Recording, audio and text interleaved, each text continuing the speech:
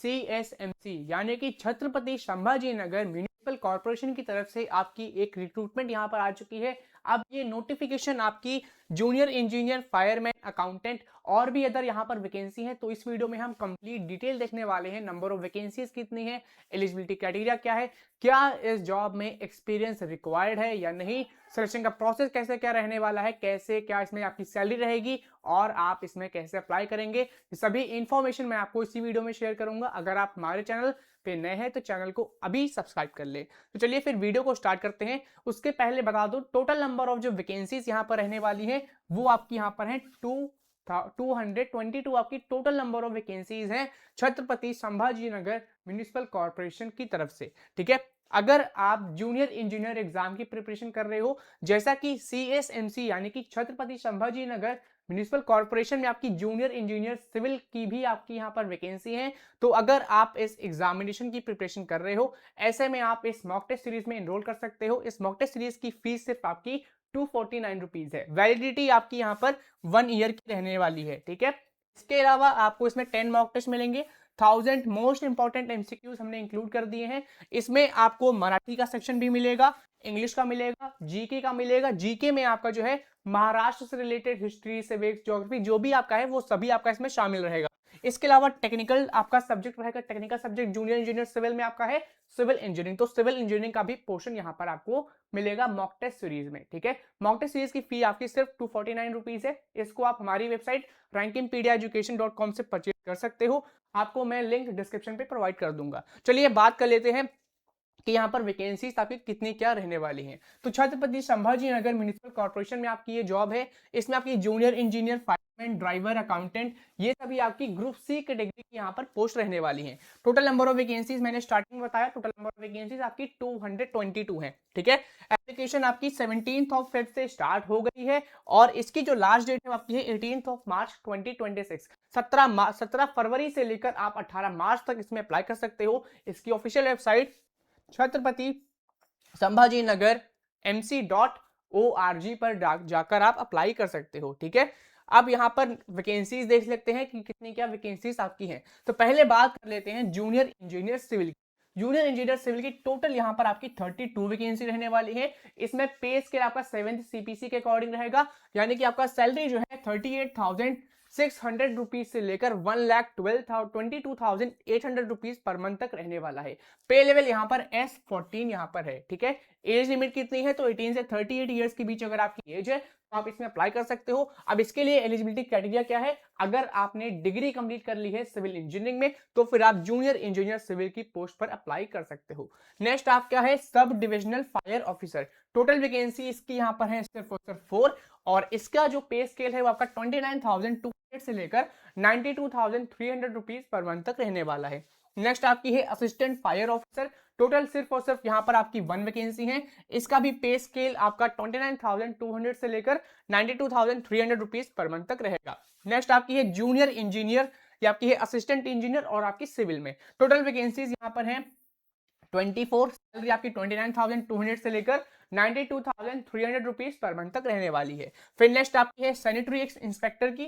Total आपकी यहाँ पर 12 वैकेंसी है, सैलरी आप यहाँ पर देख सकते हो। ऐसे ही नेक्स्ट आपकी है वेटरनरी फार्मासिस्ट। वेटरनरी फार्मासिस्ट की टोटल नंबर ऑफ वैकेंसीज यहाँ पर 7 है और इसका जो पे लेवल रहेगा वो आपका 7-8 के अकॉर्डिंग रहेगा, यानी कि आपका जो सैलरी है वो आपका 25,500 से लेकर 81,100 रुपीज पर मंथ तक रहने वाली है। फिर नेक्स्ट आपकी है ड्राइवर ऑपरेटर। टोटल यहाँ पर आपकी 15 वैकेंसी है, सैलरी 25,500 से लेकर 81,100 रुपीज पर मंथ तक रहेंगी। आपकी है असिस्टेंट और गार्डन असिस्टेंट की। टोटल वैकेंसीज आपकी 6 यहाँ पर हैं, सैलरी 21,700 से लेकर यहाँ पर 69,100 रुपीज पर मंथ तक रहेगी। नेक्स्ट आप ट्रेसर, यहाँ पर 9 वैकेंसी है। फिर फायरमैन की यहाँ पर आपकी 100 वैकेंसी है, काफी अच्छी वैकेंसी है फायरमैन की पोस्ट पर। सैलरी आपकी 19,900 से लेकर 63,200 रुपीज पर मंथ तक रहने वाली है। फिर नेक्स्ट आपकी कैशियर की टोटल यहाँ पर आपकी 12 वैकेंसी है और इसमें आपकी सैलरी जो है 19,900 से लेकर 63,200 रुपीज पर मंथ तक रहने वाली है। तो जूनियर इंजीनियर की भी यहाँ पर अच्छी वैकेंसी है और इसमें सैलरी भी आपको अच्छी मिलने वाली है। बाकी आप एज लिमिट यहाँ पर देख सकते हो। ठीक है, और इसमें बात कर लेते हैं अब इसमें एलिजिबिलिटी क्राइटेरिया की। तो जैसा कि मैंने बताया था कि जूनियर इंजीनियर के लिए क्वालिफिकेशन क्या है, अगर आपने सिविल इंजीनियरिंग में डिग्री कंप्लीट कर ली है, बीई बीटेक किया है, बीएससी किया है, तो ये सभी यहाँ पर वैलिड है, डिग्री आपकी सिविल इंजीनियरिंग में होनी चाहिए, तो फिर आप जूनियर इंजीनियर सिविल की पोस्ट पर अप्लाई कर सकते हो। अब बात कर लेते हैं सब डिविजनल फायर ऑफिसर की पोस्ट के लिए। तो यहाँ पर क्वालिफिकेशन क्या है, अगर आपने डिग्री कंप्लीट कर ली है किसी भी ब्रांच में तो अप्लाई कर सकते हो। इसके अलावा रिटायर्ड स्टेशन ऑफिसर या फिर इंस्ट्रक्टर आप हैं तो भी अप्लाई कर सकते हो। अगर आपके पास 1 ईयर का डिप्लोमा है फायर इंजीनियरिंग में तो भी इसमें अप्लाई कर सकते हो। इसके अलावा ग्रेड 1 अगर आपके पास है, the institute of fire engineers UK या इंडिया की तरफ से आपके पास ग्रेड 1 सर्टिफिकेट आपके पास है तो भी आप यहां पर अप्लाई कर सकते हो। अगर आपने बीई फायर या फिर डिविजनल फायर ऑफिसर की पोस्ट पर रहे हो तो फिर आप यहां पर अप्लाई कर सकते हो। अब बात कर लेते हैं असिस्टेंट फायर ऑफिसर की पोस्ट के लिए। इसमें क्या क्वालिफिकेशन है, degree in any branch plus यहां पर एक्सपीरियंस भी कंसीडर किया जाएगा।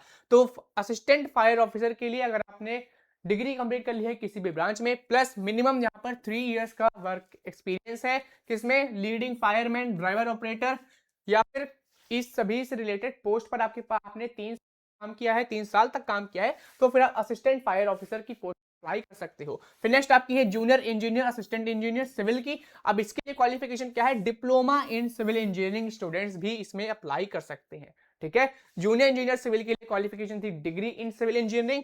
Junior engineer assistant engineer civil में आपकी है डिप्लोमा इन सिविल इंजीनियरिंग। ठीक है, तो अगर आपने डिप्लोमा भी किया है तो भी आप यहाँ पर एनरोल कर सकते हो। इसमें आपके सिविल इंजीनियरिंग के जो टॉपिक्स हैं, आपके इंपॉर्टेंट टॉपिक्स हैं, वो हमने एक मॉक टेस्ट सीरीज में कवर कर रखे हैं। नेक्स्ट आपका है सैनिटरी इंस्पेक्टर। इसके लिए क्वालिफिकेशन क्या है, degree in any branch plus sanitary inspector course आपने किया है, डिप्लोमा किया है तो आप यहाँ पर अप्लाई कर सकते हो। वेटरनरी फार्मासिस्ट की बात कर ले, अगर आप 12th पास हैं प्लस आपने बीवीएससी यानी कि बैचलर इन वेटरनरी साइंस का कोर्स किया है और आपके पास 2 साल का एक्सपीरियंस है तो भी आप तभी आप इसमें अप्लाई करोगे वेटरनरी फार्मासिस्ट में। ठीक है, इसमें आपका एक्सपीरियंस कंसीडर कर रहे हैं। अगर आपने 12th के बाद बीवीएससी का कोर्स किया है यानी bachelor in veterinary science plus 2 साल का एक्सपीरियंस है तभी आप यहाँ पर अप्लाई करोगे। ड्राइवर ऑपरेटर की बात कर लिए, अगर आपने 10th पास किया है प्लस 6 मंथ का फायरमैन का कोर्स किया है और आपके पास हैवी व्हीकल ड्राइविंग लाइसेंस है प्लस 3 साल का एक्सपीरियंस है तो फिर आप अप्लाई कर सकते हो ड्राइवर ऑपरेटर की पोस्ट पर। नेक्स्ट आपके एग्री असिस्टेंट। इसके लिए क्या क्वालिफिकेशन है, अगर आपने बीएससी किया है एग्रीकल्चर में या हॉर्टिकल्चर में या फॉरेस्ट्री में प्लस 3 साल का एक्सपीरियंस है तो फिर आप एग्री असिस्टेंट की पोस्ट पर अप्लाई कर सकते हो। ठीक है, नेक्स्ट आपकी सर, इसके लिए SSC pass plus government technical drawing certificate आपके पास होना चाहिए।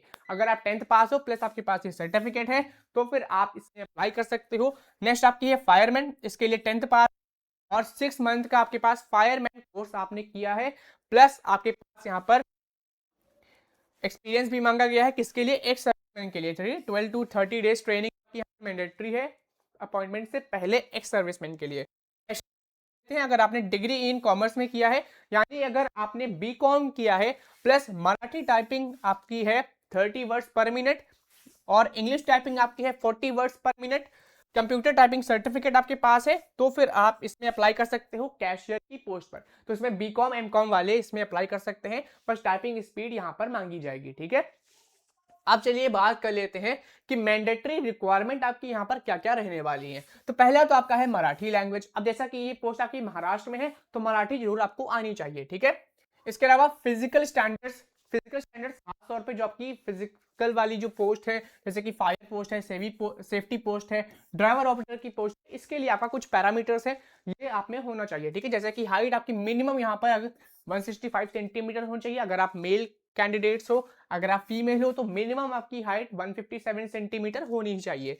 ऐसे ही चेस्ट अनएक्सपैंडेड का यहाँ पर है 81 सेंटीमीटर तो वही एक्सपैंडेड का है 86 सेंटीमीटर और ये सिर्फ और सिर्फ आपका है मेल के लिए, ये फीमेल के लिए नहीं, ये आपका सिर्फ मेल के लिए होगा। ठीक है, वेट की बात कर लेते हैं तो मिनिमम 50 केजी आपका वेट पर है मेल के लिए और अगर आप फीमेल हो तो मिनिमम आपका 46 केजी आपका वेट होना चाहिए। ठीक है, विजन 6/6 आपकी होनी चाहिए, नॉर्मल कलर विजन। ठीक है, ये सभी चीजें आप पढ़ सकते हो। नेक्स्ट आपका है सिलेक्शन स्टेजेस की बात कर लेते हैं तो पहला जो आपका यहाँ पर टेस्ट होने वाला है ऑनलाइन रिटन एग्जामिनेशन या सीबीटी या ओएमआर बेस्ड कराया जाएगा और इसमें आपके ऑब्जेक्टिव टाइप के क्वेश्चन इसमें पूछे जाएंगे। ठीक है, फिर next physical standard physical standard test सबके लिए नहीं है। जो फायरमैन, ड्राइवर, ऑपरेटर या फायर ऑफिसर की पोस्ट पर अप्लाई कर रहे हैं, जो फिजिकल वाली पोस्ट पर अप्लाई कर रहे हैं, सिर्फ उनका ही फिजिकल स्टैंडर्ड टेस्ट होगा। अगर आप junior engineer, assistant engineer, agriculture engineer इन सभी पोस्ट पर अप्लाई कर रहे हो, एग्री असिस्टेंट की पोस्ट पर अप्लाई कर रहे हो, तो फिर आपका पीएचटी नहीं होगा। ठीक है जी, ध्यान रखना। फिर आपका है डॉक्यूमेंट वेरिफिकेशन है, फिर इंटरव्यू आपका यहाँ पर रहेगा। अब देखो जेई के लिए क्या होगा, जेई के लिए आपका क्या यहाँ पे सिलेक्शन का प्रोसेस रहने वाला है। तो पहले आपका रहेगा स्टेज ऑनलाइन रिटन एग्जामिनेशन, जो कि आपका सीबीटी मोड में कराया जाएगा। फिर आपका यहाँ पर है डॉक्यूमेंट वेरिफिकेशन। डॉक्यूमेंट वेरिफिकेशन के बाद जूनियर इंजीनियर सिविल का यहाँ पर कल आपका यहाँ पर एक इंटरव्यू कंडक्ट किया जाएगा। ठीक है, तो जूनियर इंजीनियर सिविल के लिए रिटन एग्जामिनेशन, डॉक्यूमेंट वेरिफिकेशन, फिर आपका है इंटरव्यू। ये आपका सिलेक्शन का क्राइटेरिया रहने वाला है जूनियर इंजीनियर सिविल का। अब चलिए बात कर लेते हैं सिलेबस हाइलाइट्स की। तो सिलेबस आप यहाँ पर दे सकते हो, मराठी इंग्लिश का ग्रामर है, वोकैबुलरी है, कॉम्प्रेशन है। ठीक है, ये सिलेबस रहेगा। जीके का आप दे सकते हो, current affairs, history, geography, politics, Maharashtra state से रिलेटेड, क्योंकि ये महाराष्ट्र में ही वैकेंसी है। और टेक्निकल नॉलेज में जो भी आप डिसिप्लिन में अप्लाई कर रहे हो, जैसे सिविल में अप्लाई कर रहे हो तो सिविल इंजीनियरिंग का क्वेश्चन आएगा। अगर आप फायर इंजीनियरिंग में अप्लाई कर रहे हो, फायर वाली पोस्ट में, तो फायर का पोर्शन आएगा। मैकेनिकल अप्लाई कर रहे हो तो मैकेनिकल का पोर्शन आएगा। एग्रीकल्चर वाली पोस्ट में अप्लाई कर रहे हो तो एग्रीकल्चर का आपका पोर्शन आएगा। ठीक है, अगर आप एग्री असिस्टेंट की पोस्ट पर अप्लाई कर रहे हो तो बीएससी एजी से रिलेटेड आपके क्वेश्चन यहाँ पर रहेंगे। अब एप्लीकेशन फी की चलिए बात कर लेते हैं। तो जनरल ओपन कैटेगरी की एप्लीकेशन फी यहाँ पर 1000 रुपीज है। रिजर्व्ड कैटेगरी जैसे कि एससी, एसटी, ओबीसी कैटेगरी की यहाँ पर 900 रुपीज एप्लीकेशन फी यहाँ पर रहने वाली है। एक्स सर्विसमैन, दिव्यांग, जो पीडब्ल्यूडी कैटेगरी से आते हैं, उनको यहाँ पर कोई भी फी नहीं पे करनी है। ठीक है, वो बस फॉर्म फिल कर दें। बाकी मैंने लास्ट डेट आपको बता ही दी थी स्टार्टिंग में, तो लास्ट डेट जरूर ध्यान रखना। और इसमें कैसे क्या अप्लाई करना होगा तो वो भी एक बार फिर से बता देता हूं। लास्ट डेट आपकी यहाँ पर 18 मार्च रहने वाली है। 18 मार्च से पहले आपको इसमें अप्लाई कर देना है। और कहां पे अप्लाई करना है, CHH नगर NC.org वेबसाइट पर जाकर आपको अप्लाई करना होगा। ठीक है, तो काफी अच्छी वैकेंसी है। मॉक टेस्ट सीरीज में आप एनरोल कर सकते हैं वेबसाइट पर जाकर, और मैंने इसकी लिंक भी डिस्क्रिप्शन पे प्रोवाइड कर दी है। ऐसी ही अपडेट्स के लिए, ऐसी ही जॉब रिलेटेड इंफॉर्मेशन के लिए चैनल को अभी सब्सक्राइब कर लो। धन्यवाद।